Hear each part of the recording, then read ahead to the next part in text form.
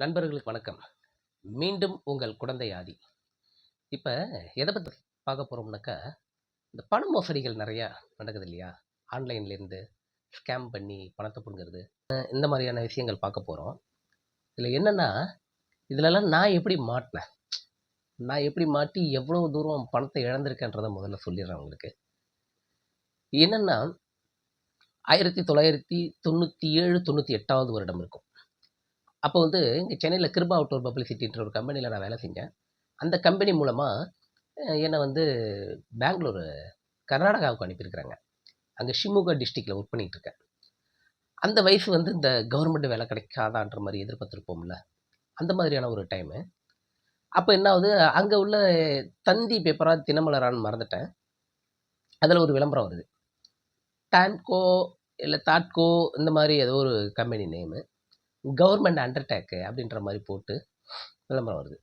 உங்களுடைய மாவட்டங்களிலேயே உங்களுக்கு வந்து பணி அமர்த்தப்படும் அப்படின்ற மாதிரிலாம் விளம்பரம் கொடுத்துருக்காங்க. சரி, நமக்கு ஆர்வம், சரி அப்ளை பண்ணுவோம் அப்படின்ட்டு நான் அங்கேருந்தே அப்ளை பண்ணுறேன். அங்கேருந்தே அப்ளை பண்ணால் திரும்ப எனக்கு இது வருது, லெட்ரு வருது. எங்கள் ஊருக்கு வந்து அதை எனக்கு அனுப்புகிறாங்க. இந்த மாதிரி உனக்கு வந்து ஒரு இதுலேருந்து நிறுவனத்துலேருந்து அப்பாயின்மெண்ட் ஆர்டர் வந்திருக்குன்ற மாதிரி சொல்லி அனுப்புகிறாங்க.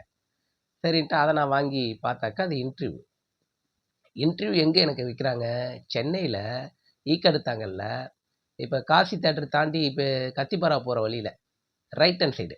இன்றைக்கி அந்த இடமே மாறி போயிடுச்சு. அன்றைக்கி அந்த இடம், அங்கே இன்டர்வியூ. நான் சென்னைக்கு வந்துட்டு எங்கள் கம்பெனி ஜென்ரல் மேனேஜர்கிட்ட சொல்கிறேன், இந்த மாதிரி நான் அப்ளை பண்ணியிருக்கேன் சார், எனக்கு வேலை கிடச்சிட்டா போயிடுவேன் அப்படின்னு சொல்கிறேன்.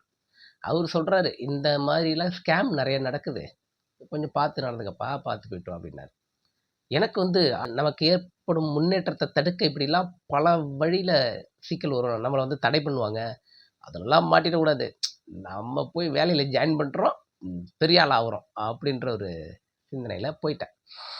அங்கே போனாக்க அங்கே ஒருத்தர் என்னை கூப்பிட்டு விசாரிக்கிறார், எந்த ஊர், எங்கே வேலை செய்கிறீங்க, என்ன பண்ணுறீங்க, ஏன் அந்த வேலை உங்களுக்கு பெட்டரா இல்லையா அப்படின்ற மாதிரிலாம் விசாரிக்கிறார். அவர் ஏதோ நாசுக்காக சொல்ல வந்தார் போல இருக்கு, நான் புரிஞ்சிக்கல. சரின்ட்டு இப்போ என்கிட்ட வந்து பணம் கட்ட சொல்கிறாங்க. ஒரு 2000மோ 2800மோ ஏதோ கட்ட சொல்கிறாங்க. அன்றைய காலகட்டத்தில் எனக்கு சம்பளமே வெறும் 600 தான் மாதம். 600 சம்பளம், சாப்பாட்டுக்குன்னு 40 கொடுப்பாங்க. இது ரெண்டுத்தையும் சேர்த்தா மொத்தம் 1800 தான் எனக்கு மாதம். இப்போ 2800 கிட்ட அவங்க கேட்குறாங்க.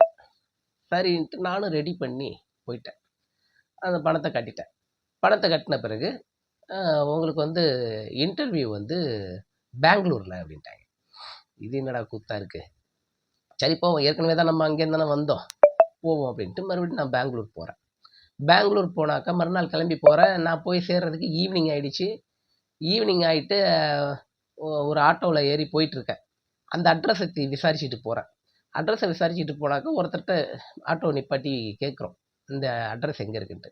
அதனால அந்த அட்ரஸை பார்த்துட்டு, ஏன் இப்படிலாம் வந்து மாட்டுறீங்க, போய் அங்கே கொரியரு இல்லை ஹோட்டலு இங்கே எங்கேயாவது வேலை கிடைக்கும், போய் எங்கேயாவது போய் வேலை செய்யுங்க, இதெல்லாம் போய் மாட்டாதீங்க அப்படின்னு சொல்லிட்டு அவர் அந்த தெருவையும் சொல்லி விட்டு போயிட்டார், இங்கே தான் இருக்குன்ட்டு. சரின்ட்டு நான் அவரை அப்போவும் நமக்குள்ள ஒரு எண்ணம், நம்ம முன்னேற்றத்தை தடுக்க அடுத்த ஒரு தடை, அதிலலாம் கவனம் செலுத்தவே கூடாது, நம்ம எதில் குறியாக இருந்தோமோ அதை போய் முதல்ல முடிச்சுடுவோன்ட்டு போயிட்டேன். அங்கே போனால் ஈவினிங் ஆகிடுச்சி, நீங்கள் நாளைக்கு வாங்க அப்படின்ட்டாங்க. ஏங்க நான் தமிழ்நாட்டிலேருந்து வர்றேன், சென்னையிலேருந்து வரேன், இங்கே எனக்கு எதுவும் தெரியாது, எனக்கு முடிச்சு அனுப்புங்க அப்படின்னாங்க. இல்லைங்க முடிஞ்சிருச்சு, நாளைக்கு தான் அனுப்புமே அப்படின்ட்டாங்க. என்னடா, எல்லாம் சின்ன சின்ன பசங்க தான், அதாவது காலேஜ் முடித்த பசங்க தான் அங்கே இருக்கிறவங்க எல்லாம். சரின்ட்டு என்ன பண்ணுறதுன்னா அப்புறம் ஒரு லாட்ஜில் தங்கிட்டு மறுநாள் போகிறேன். மறுநாள் போனால் எனக்கு இன்டர்வியூ எடுக்கிறாங்க, ஒன்றுமே புரியல. அந்த ஒர்க் என்னன்னு சொல்லி கொடுக்குறாங்களாம். ஆக்சுவலி அது என்னன்னாக்கா அந்த மல்டி லெவல் மார்க்கெட்டிங் போல தான். அந்த ஸ்கீமில் நமக்கு வேண்டியவங்களாம் கொண்டு வந்து சேர்த்து விடணும், நம்ம வீட்டில் உட்காந்துட்டு வேலை செய்யலாம். நான் கட்டின இந்த பணம் வந்து 7 வருஷம் கழிச்சு எனக்கு இன்ட்ரெஸ்ட்டோடு வரும், இப்படிலாம் என்னென்னமோ சொன்னாங்க. அதில் நமக்கு உடன்பாடு இல்லை. ஐயா ஆளை விட்டா போதுண்டா சாமின்ற ரேஞ்சுக்கு ஆகிட்டேன். அதுதாங்க நான் ஃபஸ்ட்டு நான் உழைச்ச காசை இண்டிவிஜுவலாக கொண்டு போய் ஒரு இடத்துல ஏமாந்தது. வேலை வேண்டி அது வேலை கிடைச்சிரும் அப்படின்ற நம்பிக்கையில் அப்படியே அது போச்சு. அதுக்கப்புறம் பல வருடங்கள் அப்படி போணுச்சு. என்ன ஆயிடுச்சு, இந்த மொபைல் ஃபோன்லாம் வந்த காலகட்டங்கள். எனக்கு வந்து மொபைல்லாம் அப்போ அதிகம் இல்லை, ஆனால் வாங்கணும் அப்படின்ற ஆசை. அப்படி இருந்துட்டு இருக்கும்போது நமக்கு ஒரு ஃபோன் வருது. இந்த மாதிரி உங்களுக்கு வந்து கம்பெனியோட குலுக்கல் முறையில் உங்கள் நம்பர் வந்து ரேண்டமாக உங்கள் நம்பர் எடுத்தோம், கம்பெனியின் குலுக்கல் முறையில் உங்களுக்கு வந்து ஒரு ஃபோன் ஐஃபோன் குடுக்க போறோம். அ நீங்க வந்து அது வாங்கிக்கணுன்ற மாரி ஒரு இது சொல்றாங்க. இது வந்து 30,000மோ, 40,000மோ அதோடைய ஒர்த் சொன்னாங்க. அது உள்ள என்னென்ன பொருளோட சேர்த்து கிஃப்ட்டா வரும். இதுக்கு வந்து நீங்க வெறும் ரூ. 3000 கட்டினா போதும் அப்டின்னாங்க. இப்ப நமக்கு ஒரு எண்ணம் வந்துச்சு. ரூ. 3000 அப்ப பெரிய காசு தான். இருந்தாலும் 30,000, 40,000 பொருள் வருதுங்கிறப்ப, நமக்கு 3000 ஒரு பெருசா தெரியல. ஒருவேள வந்தா நல்லது தானே! அப்டின்ற மாரி யோசிச்சுட்டு, அதையும் நாங்க கடனா வாங்கி தான் கட்டுறோம். அப்ப கூட அவங்கள்ட்ட அந்த பொண்ணு தான் என்கிட்ட பேசுறாங்க ஒருத்தவங்க. இது எப்படிங்க பொருள் இல்லாம போயிட்டா என்னங்க பண்றது? ஏங்க இது வந்து உங்களுக்கு வந்து போஸ்ட் மூலமா தான் வரும். அப்படி வரக்குள்ள அங்க ஸ்கேன் பண்ணி தான் உங்களுக்கே கொண்டு வருவாங்க. அங்க உள்ள இருக்கிற பொருள்லாம் அவங்க செக் பண்ணி தான் குடுப்பாங்க. அப்படின்ற அப்பட்டமான ஒரு பொய்ய சொன்னாங்க. நானும் மரமண்டையாட்டம் அதையும் நம்புனேன். சரின்ட்டு பணத்தெல்லாம் கட்டிட்டேன். வருது எனக்கு பார்சல் வருது. அந்த பார்சல் கொண்டு வந்து குடுக்குறவங்க ஒரு வுமன். அவங்க சொல்றாங்க, "சார் நீங்க பணம் கட்டி வாங்கிட்டீங்கன்னா, திரும்ப ரிட்டர்ன்லாம் எடுத்துக்க மாட்டோம். அவ்வளோதான். இது உங்களோட பொறுப்புன்ட்டாங்க." சரி பரவால்ல. இவ்வளோ தூரம் வந்துட்டோம் அதையும் பார்ப்போமே! அப்படின்ட்டு பணத்த கட்டி வாங்கிட்டு போய் வீட்ல போய் பிரிச்சு பார்த்தா, பிளாஸ்டிக்ல இந்த கிடுக்கி போல என்னவோ இருக்கு. ஃபுல்லா தர்மாக்கோலா இருக்கு. இது என்னென்னமோ இருக்கு. குப்பையா இருக்கு உள்ள. திரும்ப அந்த பொண்ணுக்கு போடுறேன். அது எடுத்து பேசுது. பேசிட்டு, "ஓ! அப்படியா? பார்சல் மாறி இருக்கும். நான் உங்களுக்கு அடுத்து கூப்பிடுறேன்ட்டு ஒரு 4, 5 வாட்டி இந்த மாரி அலக்கழிப்பா போணுச்சு. அவ்வளோதான். அதுக்கப்புறம் அந்த பொண்ணு லைனே போல. அ என்ன பிளாக் லிஸ்ட்ல போட்டுருச்சு போல. நம்ம அதுக்கப்புறம் இங்கேருந்து போயிட்டு அத போய் தேடி பிடிச்சு அலைஞ்சு அது விட்டாச்சு. அதுக்கப்புறம் சில நாள் கழிச்சு மறுபடி ஒரு அதே லேடீஸ் வாய்ஸ் தான். கால் பண்ணுச்சு. இந்த மாரி உங்க நம்பர ரேண்டமா எடுத்து உங்களுக்கு ஒரு மொபைல் பிரைஸ் குடுக்கப் போறோம். அது நீங்க வாங்கிங்க. இத்தன ரூபா காஸ்ட்லியான மொபைல். நீங்க இவ்வளோ கட்டுனா போதும்னு சொன்னுச்சு. இப்ப கொஞ்சம் பட்டுட்டோம்ல. கொஞ்சம் உஷாரா. சரிம்மா நான் வாங்கிக்கிறேன். நீங்க என்ன பண்ணுங்க, உங்க அட்ரஸ்க்கு நீங்க போட்டுங்க. உங்க அட்ரஸ போட்டு அத வர வச்சுக்கங்க. அந்த பொண்ணு சென்னைன்ருச்சு. நான் சென்னைக்கு வந்து உங்க கையில காச குடுத்துட்டு அத வாங்கிக்கிறேன் அப்படின்னு. இல்ல சார் அப்படிலாம் பண்ண முடியாது சார். இப்படிலாம் பண்ண முடியாது சார்ன்னு என்னென்னமோ மழுப்பிடுச்சு. இந்த பாரும்மா அனாவசியமா எதுவும் பேச்செல்லாம் வேண்டாம். இந்த பொருள் நீங்க எங்களுக்கு எனக்கு குடுக்கணும்னு உங்க கம்பெனி மூலமா ஐடியா பண்றீங்கல்ல, குடுங்க. ஆனா உங்க அட்ரஸ்க்கு போட்டுங்க. அது வந்த பிறகு நான் நேரடியா வந்து காச குடுத்துட்டு வாங்கிக்கிறேன் அப்படின்னுட்டேன். அவ்வளோதான். அதுக்கப்புறம் அந்த பொண்ணு வரல. அதுக்கப்புறம் சில நாள் கழிச்சு அதே மாதிரி ஒரு பொண்ணு ஃபோன் போட்டுச்சு. இது ஒரு நம்பர் கிடைச்சிட்டா அத போட்டு அடிக்கடி ட்ரை பண்ணிட்டே இருப்பாங்க போல இருக்கு. எப்பயாவது சிக்க மாட்டானா? அப்படின்ற மாரி ட்ரை பண்ணுவாங்க போல இருக்கு. அடுத்து போட்டுச்சு. அடுத்து போட்டப்ப இப்ப நான் அத கேள்வி மேல கேள்வி கேட்க ஆரம்பிச்சுட்டேன். உன் பேர் என்ன? நீ எந்த ஊரு? உனக்கு எவ்வளோ சம்பளம்? நீ தான் பொருள் அனுப்புவியா? இல்ல வேற யாராவது அனுப்புவாங்களா? நீ அந்த மாரி அனுப்புறத பார்த்துருக்கியா? இப்படின்னு கேள்வி மேல கேள்வி கேட்க ஆரம்பிச்ச உடனே, அது பண்ணுச்சு பாருங்க. பச்சையா திட்ட ஆரம்பிச்சுச்சு என்ன. சீனா பூனான்னு திட்ட ஆரம்பிச்சுருச்சு. எனக்கும் கோவம் வந்துருச்சு. நானும் திட்டி, பெரிய சண்டையா முடிஞ்சு அப்படி முடிஞ்சா அவ்வளோதான் கட்டு. அதுக்கப்புறம் நம்மளுக்கு அந்த மாரி இன்னும் கால் வரல. அதுக்கப்புறங்க எதுல மாட்டுனேன்னாக்க, டிமார்ட்ல மாட்டுனேன். டிமார்ட்ல நான் போய் பர்ச்சேஸ் பண்ணிட்டு வரேன் பொருள்லாம். பர்ச்சேஸ் பண்ணிட்டு வந்திருக்கேன். எனக்கு வந்து விளம்பரம் வருது. எப்படி இந்த மாரி டிமார்ட்டுடைய அந்த சிம்பிள் போட்டு 5 கிலோ அரிசி, 5 கிலோ ஆயிலு, அப்புறம் இன்னும் பருப்பு அது இதுன்ட்டு கிட்டத்தட்ட ஒரு ரூ. 4,500 ரூ. 5,000 பொருளு. வெறும் ரூ. 300 குடுக்கறதா. அது தீபாவளி டைம் வேற. ரூ. 300 குடுக்கறதா ஒரு இது வந்துச்சு. அ விளம்பரம் வந்துச்சு. நம்ம டிமார்ட்ல வேற இப்ப பர்ச்சேஸ் பண்ணிட்டு வந்திருக்கோமா, ஓஹோ! அதனால இது கிடைக்குது போல இருக்கு அப்டின்ட்டு, சரி அதையும் அப்ளை பண்ணி பார்ப்போன்ட்டு அப்ளை பண்ணி பார்க்குறேன். அப்ளை பண்ணி கார்டு மூலமாலாம் பணம் கட்டுறதுக்கு பார்க்குறேன் முடியல. இப்ப அங்கேருந்து கால் வருது.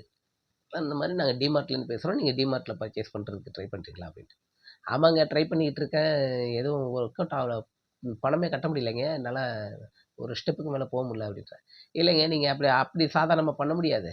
நாங்க ஒரு லிங்க் அனுப்புறோம். அது மூலமா தான் நீங்க பர்ச்சேஸ் பண்ண முடியும் அப்டின்னாங்க. ரொம்ப நல்லா பேசுனானே தமிழு அப்டின்ட்டு, சரின்ட்டு அ குடுங்கன்ட்டு அவன் சொல்றபடிலாம் கேட்டு பண்ணுனேன். சொல்றபடிலாம் கேட்டு பண்ணுனேன். முடிஞ்சிருச்சு. உங்களுக்கு வந்து எல்லாம் ரெஜிஸ்டர் ஆயிடுச்சு. உங்களுக்கு பார்சல் வந்துரும் வாங்கிங்கன்ற மாரி கட் பண்ணிட்டான். நான் அத மறந்துட்டேன். சரி பார்சல் வரும் அடுத்த வாரமோ ஏதோ வரும்னு நெனச்சுட்டு நான் பாட்டுக்கே இருக்கேன். என்ன ஆகுது, ஒரு 2, 3 நாள் கழிச்சு எனக்கு ஒரு நண்பர் வந்து பணம் ஏதோ போட்டு விடுறாரு. அத செக் பண்றதுக்காக நான் என் அக்கவுண்ட் ஹோல்டர போய் பார்க்குறேன் பணத்த காணோம். இது மெசேஜ்லாம் வந்துருச்சு ஆனா நான் கவனிக்கல. என்னடா பணத்த காணோம் ஒரு ரூ. 7,420 ஏதோ வச்சிருந்தேன். 2 ஷிஃப்ட்டா எடுத்திருக்காங்க. 7,000 ஒரு வாட்டியும், இந்த 400 ஒரு வாட்டியும் 2 ஷிஃப்ட்டா எடுத்துட்டாங்க. என்னடா இது! ஐயய்யோ! அப்படின்ட்டு நான் அது எப்படி போணுச்சுன்ட்டே இவன் கால் பண்ண அந்த நம்பர்லாம் அந்த டேட்லாம் தேடி பிடிச்சு அப்புறம் தான் இது பண்றேன். அப்புறம் போனேன் போலீஸ் ஸ்டேஷன்ல கிரைம்ல கம்ப்ளைண்ட் ஆன்லைன்லேயே போய் கிரைம் செக்ஷன்ல போய் கம்ப்ளைண்ட் பண்ணேன். அதுக்கப்புறம் அங்க இப்போ நம்ம மதுரவாயல்ல வந்து அ கிரைம்க்கான சம்மந்தப்பட்ட டிபார்ட்மெண்ட் இருக்கு. அங்க போய் கம்ப்ளைண்ட் பண்ண சொன்னாங்க. அங்க போய் கம்ப்ளைண்ட் பண்ணேன். அதுக்கப்புறம் உங்க ஏரியா சர்க்கிள்ல போய் கம்ப்ளைண்ட் பண்ணுங்க. கோயம்பேடு சர்க்கிள் அப்படின்ட்டு கோயம்பேடு சர்க்கிள்லயும் வந்து கம்ப்ளைண்ட் பண்ணேன். கம்ப்ளைண்ட்டா எடுத்துக்கிட்டாங்க. கொஞ்ச நாள் கழிச்சு மெசேஜ் மட்டும் வந்துச்சு. இந்த மாதிரி உங்களது நீங்க அவங்களுடைய ஓடிபிலாம் உங்களோட இதெல்லாம் நீங்க சொல்லி செஞ்சதுனால, உங்களுக்கு வந்து இந்த பணம் ரிட்டர்ன் வராது அப்படின்ற மாரி ஒரு மெசேஜ் வந்துச்சு. சரி போனது போச்சு போ நமக்கு ஒரு படிப்புன அப்படின்ற மாரி அங்க அது விட்டாச்சுங்க. அடுத்து மொபைல் திருட்டு போணுச்சுங்க. எங்க போணுச்சுனாக்க, அசோக் பில்லர் இருக்கு இல்லையா?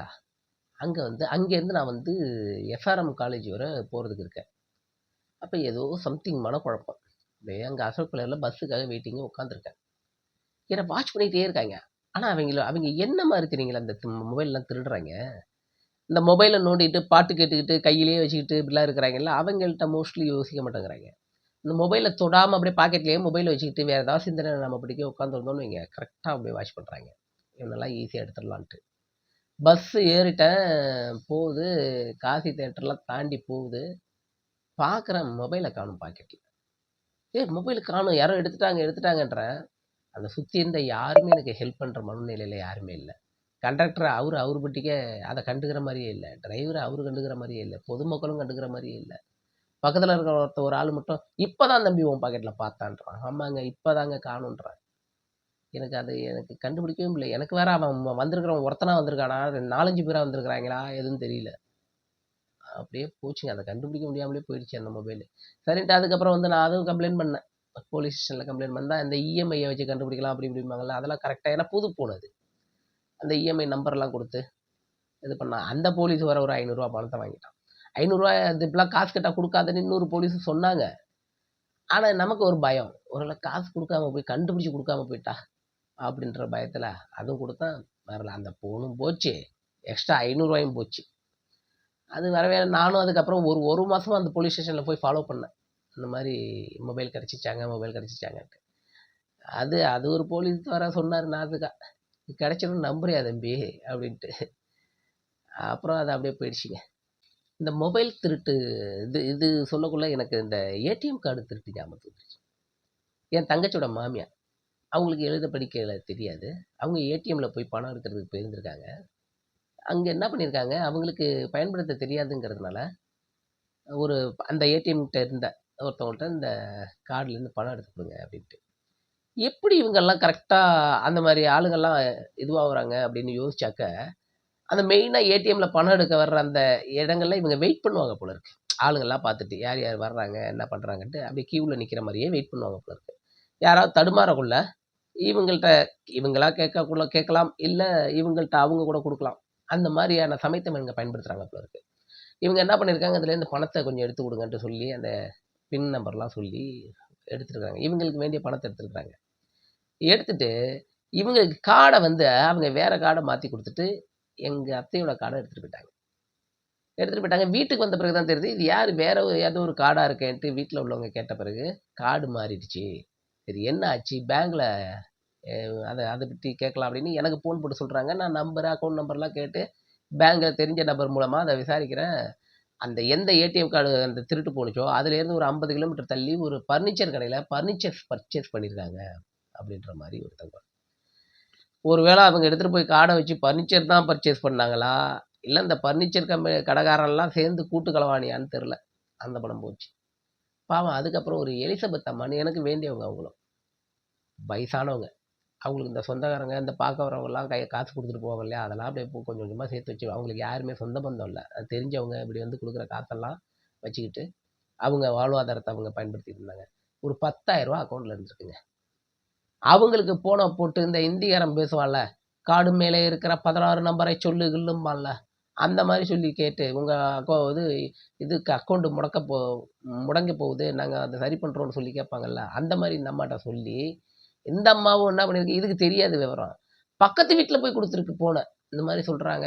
அவங்களும் அதை கரெக்டாக அவன் என்ன சொல்கிறானோ அது மாதிரி சொல்லி 10,000 போச்சு. பாவம் அந்த அம்மா 2 நாளாக ஒப்பாரி வச்சு அழுதாங்க. இதுக்கப்புறம் ஒன்று நடந்துச்சுங்க. என்னன்னா, இந்த ரேபிடோ பைக் டாக்ஸி ஓட்டுவேன். அப்படி ஓட்டுறப்ப இவங்களுக்கு அவங்க நார்த் இந்தியாவில் எங்கேயோ உட்காந்துருக்குறாங்க இல்லையா, இவங்களுக்கு இங்கே தமிழ்நாட்டில் என்ன தெரியும்னா, எக்மோர் தெரியும், ஏர்போர்ட் தெரியும், சென்ட்ரல் தெரியும். இது மட்டும் தெரியும் அவங்களுக்கு, அந்த பேர் மட்டும். அதுக்கு ஆர்டர் எப்படியோ வர வைக்கிறாங்க நம்ம ஃபோனுக்கு. எப்படி வர வைக்கிறாங்கன்னு தெரில. ஆர்டர் வருது. எனக்கு வந்து கேகே நகர்லேருந்து எக்மோருக்கு ஆர்டர் வருது. சரின்ட்டு அங்கே போய் நின்றுட்டு ஃபோனை போடுறேன். ஃபோன் போட்டால் பேசுகிறான். இந்த அரைகுறை ஹிந்தி தமிழில் பேசுவான், எல்லாம் அப்படி பேசுகிறான். சார் வந்துட்டிங்களா, வெயிட் பண்ணுங்கள், என்னோடய ஒய்ஃப் வராங்க, நீங்கள் அவங்கள கொண்டு போய் விடுங்க. எவ்வளோ அமௌண்ட்டு காட்டுனுச்சு அப்படின்னா, அமௌண்ட்டு இங்கே எனக்கு காட்டாதையா, உங்களுக்கு தான் காட்டும் அப்படின்னா. எனக்கு 85 ரூபாயோ எவ்வளோ 90 ரூபாயோ காட்டுனுச்சு, நான் உங்களுக்கு 150 ரூபா போட்டு விட்றேன் அப்படின்னா. சரி ரைட்டு, சேர்த்து போடுவாங்க, சில பேர் டிப்ஸாக கொடுப்பாங்க. சரிங்க, நான் வெயிட் பண்ணுறேன் அப்படின்றேன். டக்குன்னு என்ன பண்ணுறேன், இந்த மாதிரி 4500 உங்களுக்கு அனுப்புகிறேன், நீங்கள் 150 ரூபா எடுத்துங்க, மீதியை என் ஒய்ஃப் வருவாங்க அவங்கள்ட்ட கொடுத்துருங்க அப்படின்னு. சரிங்க, வர சொல்லுங்க அப்படின்ட்டு வெயிட் பண்ணுறேன். வெயிட் பண்ணிவிட்டு அவன் மெசேஜ் கூட வருது எனக்கு, 4500 போட்டாச்சுன்ட்டு. இவன் என்ன சொல்கிறான், டபக்குன்னு போனை போட்டு, இங்கே ப்ரோக்ராம் மாறிடுச்சிங்க, அதனால் கேன்சல், இந்த ட்ரிப்பு கேன்சல் பண்ணுறோம், நீங்கள் வந்து உங்களுக்கு அந்த 150 ரூபாய் நீங்கள் எடுத்துங்க, எனக்கு மீதி 4350 ரூபாயை நீங்கள் போட்டு விடுங்க, திரும்ப அனுப்பிடுங்கன்றான். நான் என்ன பண்ணுறேன், கொஞ்சம் வெயிட் பண்ணிட்டு என் அக்கௌண்ட் உள்ள போயிட்டு செக் பண்ணுறேன் அமௌண்ட்டை. ஆனால் இப்போ கூட அப்படி செக் பண்ணக்கூடாதான், 20 நிமிஷம் கழிச்சு தான் செக் பண்ணணுமா. ஏன்னா நம்ம அக்கௌண்ட்டை செக் பண்ணுறப்ப இந்த பாஸ்வேர்டெல்லாம் போடுவோம்ல, அதுலேருந்து அடிச்சிருவாங்களாம். நான் சொல்கிற டயத்தில் அந்த அளவு இன்னும் இம்ப்ரூவ் ஆகல போல இருக்காங்க இவனுங்க. நான் உள்ளே போய் பார்க்குற பணம் இல்லை. இவனுக்கு சொல்கிறேன், நீ போட்ட பணம்லாம் என் அக்கௌண்ட்டுக்கு வந்து சேரலன்றான். அவ்வளோதான், கட் பண்ணிட்டான், வரவே இல்லை. அடுத்து இதே மாதிரி இன்னொரு இடத்துல நடந்துச்சு. இந்த மாதிரி தம்பி ஒருத்தர் வர்றாரு, நான் அவங்கள இங்கே ட்ராப் பண்ணுங்க, உங்களுக்கு இவ்வளோ தந்துடுறேன் அப்படின்னு சொல்லிட்டு இவ்வளோ அமௌண்ட்டு போட்டு விட்றேன். அவர் மெடிசன் வாங்கணும். கரெக்டாக ஒரு ஹாஸ்பிட்டல்கிட்ட தான், அப்போலோ ஹாஸ்பிட்டல்கிட்ட தான், மவுண்ட் ரோட்டுக்கிட்ட நிற்கிறேன். அப்போலோலேருந்து வருவார், மெடிசன் வாங்கணும், அவர் கையில் நாம் பணத்தை கொடுத்துருங்க அப்படின்னு சொல்லி அவன் போட்டு விட்றான். அமௌண்ட்டு போட்டு விட்டேன் தான் சொல்லிட்டான். இன்னும் அவன் வரலை. நான் சொல்கிறேன், யோ இங்கே ஆள் வரலையா அப்படின்றான். சரி, அது ப்ரோக்ராம் கேன்சலு, நீங்கள் என் பணத்தை திரும்ப அனுப்புங்கன்றான். என்ன பணம் ஏது பணம்ன்றான். பணம் உங்களுக்கு போட்டு விட்ருக்கேன் பாருங்க, அதை அனுப்புங்க. நீ ஒரு மயிரும் இங்கே பணம் போடல, இந்த கதையெல்லாம் என்கிட்ட விடாதன்றான். நான் அப்புறம் என்ன பண்ணால் மிரட்ட ஆரம்பித்தான். பணத்தை போடுறியா இல்லையா என் பணத்தைன்ற மாதிரி மிரட்டி பேசுகிறான். நானும் அப்புறம் சவுண்டு விட்டு கட் பண்ணிட்டேன். அதை அதோட போயிடுச்சு. இவங்க எப்படி இதெல்லாம் பண்ணுறாங்கன்னு ஒன்றும் புரிய மாட்டேங்குது. ஒருவேளை கவர்மெண்ட்டெல்லாம் இதெல்லாம் கண்டுக்க மாட்டேங்குதா, இல்லை கவர்மெண்ட் சப்போர்ட்டோடு தான் இதெல்லாம் பண்ணுறாங்களா, அது புரியவே மாட்டேங்குது. இப்போ அடுத்துங்க, வீக்கெண்ட்னு ஒன்று ஆரம்பிச்சது இல்லை அந்த காலகட்டம். அந்த காலகட்டத்தில் சதுரங்க வேட்டை அப்படின்ற படம் பார்த்துருப்பீங்க இல்லையா.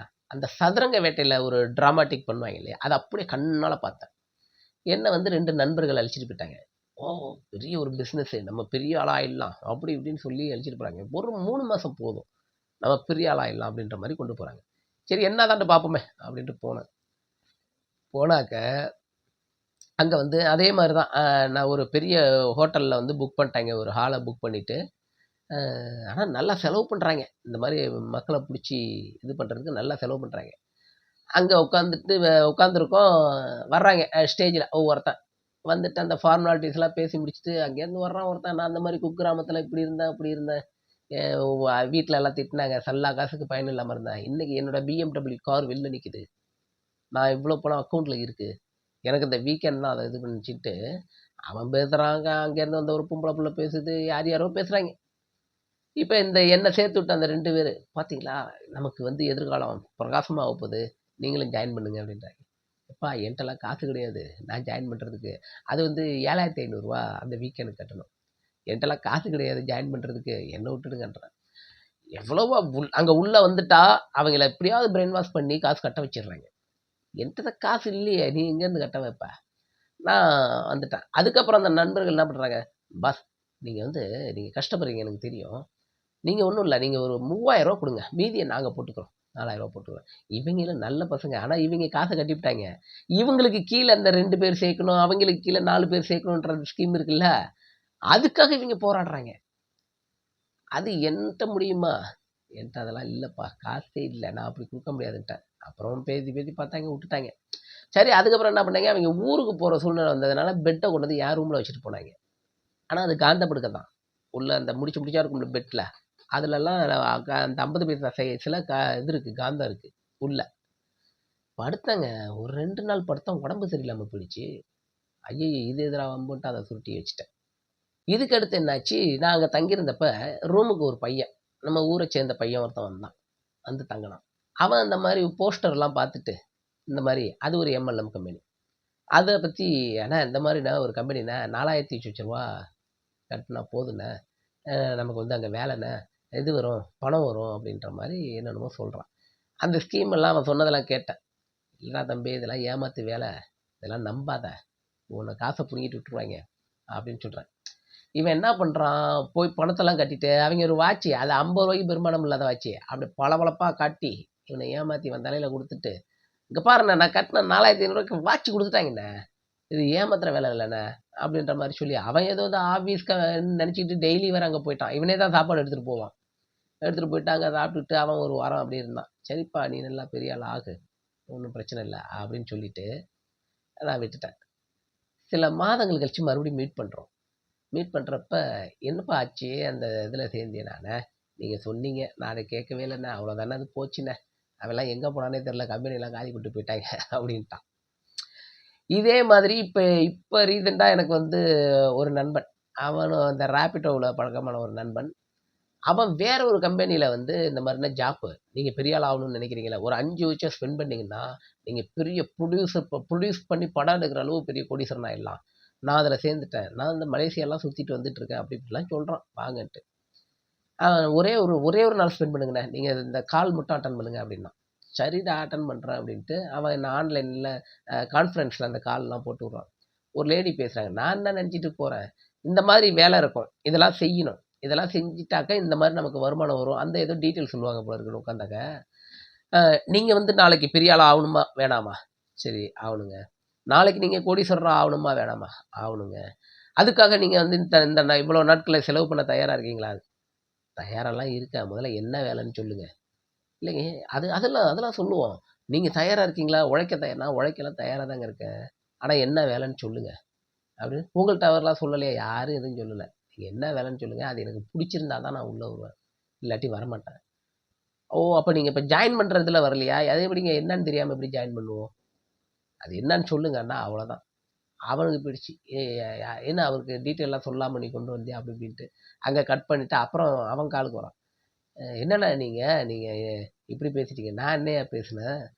ஜாயின் பண்றேன். நான் வேலை செய்ய தயாரா இருக்கேன். நான் என்ன சேர்த்துங்கன்னு நீங்க சொல்லணும். அது என்ன வேலைன்னு தெரியாம எப்படி சேர்த்துக்கன்னு சொல்லுவோம். எனக்கு தேவையில்ல. நீ நீ பெரிய கோடீஸ்வரன் ஆவு. ஆயிட்டு நீ அப்புறமா எனக்கு ஹெல்ப் பண்ணு. அப்புறம் பார்த்துக்கலாம் அப்படின்னேன்.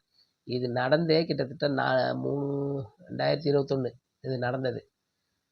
இப்ப கூட ரீசென்ட்டா அவன் ஃபோன் போட்டப்ப, "என்னப்பா எப்படி இருக்கேன்னா?" அண்ணா நான் அப்படியே அப்படியே இப்ப தானே மலேசியால இருக்கேன்." அப்படி இப்படின்னான். சரி ரைட்டு. பாரு அப்படின்னு சொல்லிட்டு அது அது அப்படி ஒரு ஸ்கேமு. அதில மாட்டிக்கிட்டு இருக்கான். கொஞ்ச நாள் கழிச்சு சொல்லுவான். இல்ல அவன் என்கிட்ட சொல்ல கூச்சப்பட்டுட்டு மலேசியால இருக்கான், சிங்கப்பூர்ல இருக்கான்னு சொன்னானான்னு எனக்கு தெரியல. அது பின்னாடி தெரிய வரும். இப்ப இது சொல்லப் போறது ஒரு பெரிய ஸ்கேம்ங்க. என்னன்னா, வளசரவாக்கத்தில ஐயான்ட்டு ஒரு ஆளு ஆரம்பிச்சாருங்க இந்த மாரி ஒரு விஷயத்த. ஆன் த டைம் ஒரு 30 படம் பண்ண போறேன்ட்டு அங்கங்க ஆஃபீஸ போட்டு 30 டீம உட்கார வச்சாரு. அதில நானும் ஒரு அசிஸ்டன்ட் டைரக்டரா ஒரு டீமோட போய் உட்கார்ந்தேன்.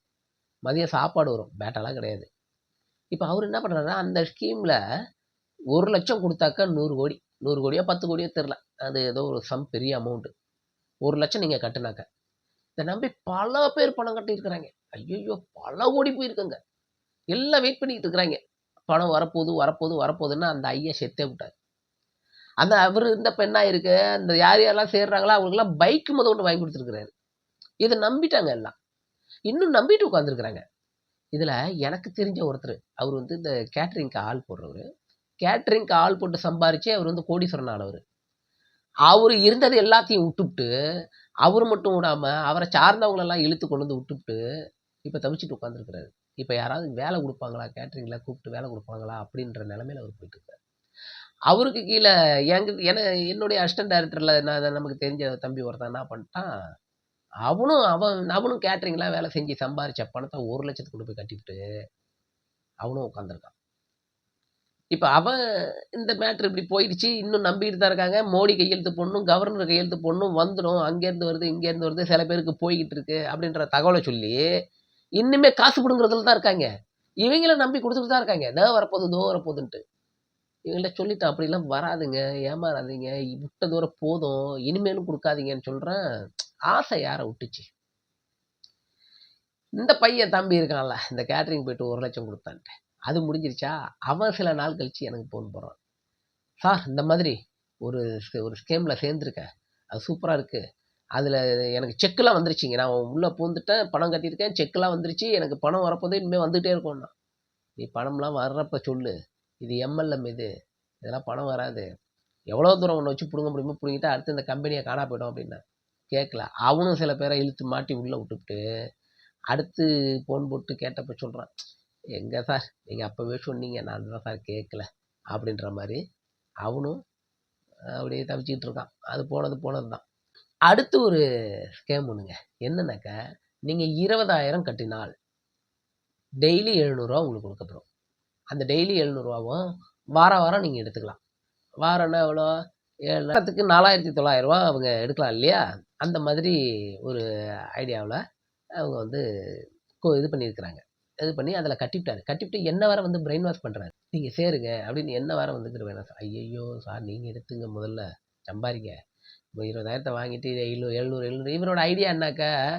4,500 ஒரு வாரத்துல வந்துருச்சுனாக்கா, ஒரு 4 வாரத்துல 5 வாரத்துல நமக்கு வந்து பணம் வந்துருதுல்ல. அந்த ஐடியா இருக்கு. வந்துருச்சுனாக்கா பணம் வந்துருமே திரும்ப.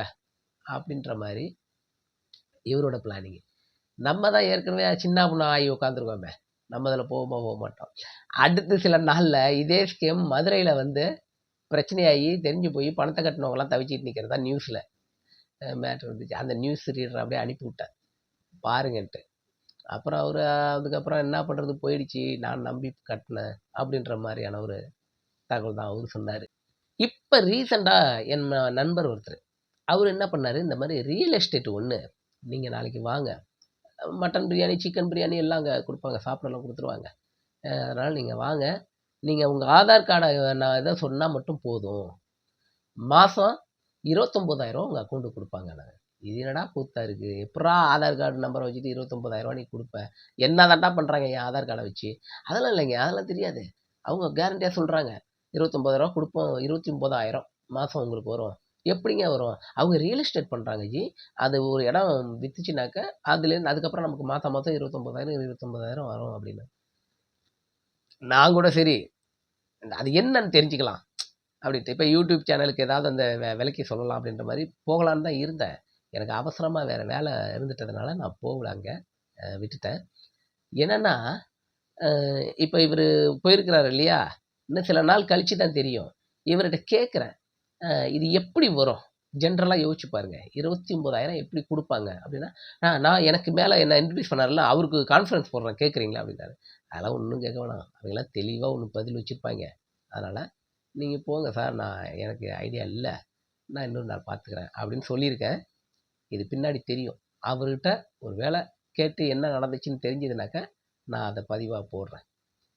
என்னன்னா மக்கள் தெரிஞ்சுக்க வேண்டியது, நமக்கு ஒருத்தன் இலவசமா தர்றான் அப்படின்னாக்க, அத நம்பாதீங்க. அவன் இலவசமா ஒண்ணு தர்றான்னாக்க, நம்மள்ட்டேருந்து எதையோ ஆட்டைய போட போறான்னு அர்த்தம். இவைங்கலாம் எப்படி ஆட்டைய போட போறாங்கன்றது நம்ம கண்ணுக்கே தெரியாது. ஆட்டைய போட்டு முடிச்ச பிறகு தான் தெரியும். அது மட்டும் இல்லாம, இப்ப நம்ம ஓட்டர் லிஸ்ட்லேருந்தே நம்ம நேமெல்லாம் வேற நீக்கிட்டு இருக்கிறாய்ங்க. ஏன்னா, என்ன ஏதுன்னு தெரியாம நெறைய விஷயங்கள் இங்க நடந்துட்டு இருக்கு. நீங்கலாம் போயிட்டு இந்த மாரி ஆதார் கார்டு நம்பர குடுக்குறேன், பான் கார்டு நம்பர குடுக்குறேன்ட்டு குடுத்து மாட்டிக்காதீங்க. சும்மா 1000 5000த்துக்கு ஆசைப்பட்டு, நீங்க இத்தன நாள் உழைச்சு வச்சது மொத்தமா புடுங்கிட்டு போயிட போது. போயிடுச்சுன்னு வைங்க, ஒன்ஸ் போயிடுச்சுன்னா திரும்ப வரவே வராது. நீங்கலாம் பார்த்தீங்கன்னா, லட்சக்கணக்கில திருட்டும், ஸ்கேமும் நடக்குது. ஆனா 1, 2 தான் ரிட்டர்ன் கிடைக்குது. கிடைக்கிற மாரி ஒண்ணு காட்டுறாய்ங்க. அது கிடைக்குதா இல்லையான்னு கூட தெரியாது. 1, 2 தான் அப்படி கிடைக்குது. அதனால இந்த ஸ்கேம்ல எல்லாம் மாட்டாதீங்க. இந்த மாரி நெறையா பேரு இப்படிதான் இருக்கிறாங்க.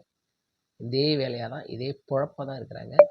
அதனால பார்த்துங்க. அது மட்டும் இல்லாம இந்த இந்த நம்பர குடு கார்டு மேல இருக்கிற 16 நம்பர சொல்லுன்றது சொல்றான்ல, அவன்லாம் யார் தெரியுமா?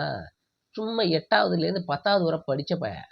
அவ்வளோதான். அவனுக்கு அந்த அந்த சிஸ்டத்த ஆப்ரேட் பண்ணி உன்ட்ட பேசத் தெரியும். அந்த அக்கவுண்ட் பணம் அவனுக்கு போவாது. அது வடநாட்டுல ஏதோ ஒரு ஊர் சொல்றாய்ங்க. அந்த ஊர்ல உள்ள கிராமத்துல உள்ள எல்லா பயலும் இந்த வேல தான் செய்றாய்ங்களாம் கூலிக்கு. இப்படி எவன் நம்பரையாவது ரேண்டமா எடுத்து, அவன்ட்ட பேசி, இந்த மாரிலாம் பயமுறுத்தி, அந்த பணம் போறது வேற ஒரு பெரிய ஒரு கொள்ள கும்பலுக்கு. அப்படி ஒரு பெரிய ஸ்கேம் போயிட்டுருக்கு. பார்த்துங்க, ஏமாறாதீங்க. ஏன்னா நம்மளுடைய ஏமாற்றத்துக்கு முக்கிய காரணமே நம்மளுடைய ஆசை தான். நம்மளுடைய ஆசைக்கு காரணம் நம்மளுடைய பொருளாதார பின்னடைவு தான். ஆனா, அந்த பொருளாதார பின்னடைவ நம்ம வந்து வேற வழியில தான் சரி பண்ணணுமே தவிர, இந்த மாதிரிலாம் போய் சரி பண்றதுங்கிறது முடியாது. அதனால அப்படி யாரும் ஏமாந்து உங்களுடைய உழைப்பையும், உங்களுடைய சேமிப்பையும் இழக்காதீங்க. நன்றி.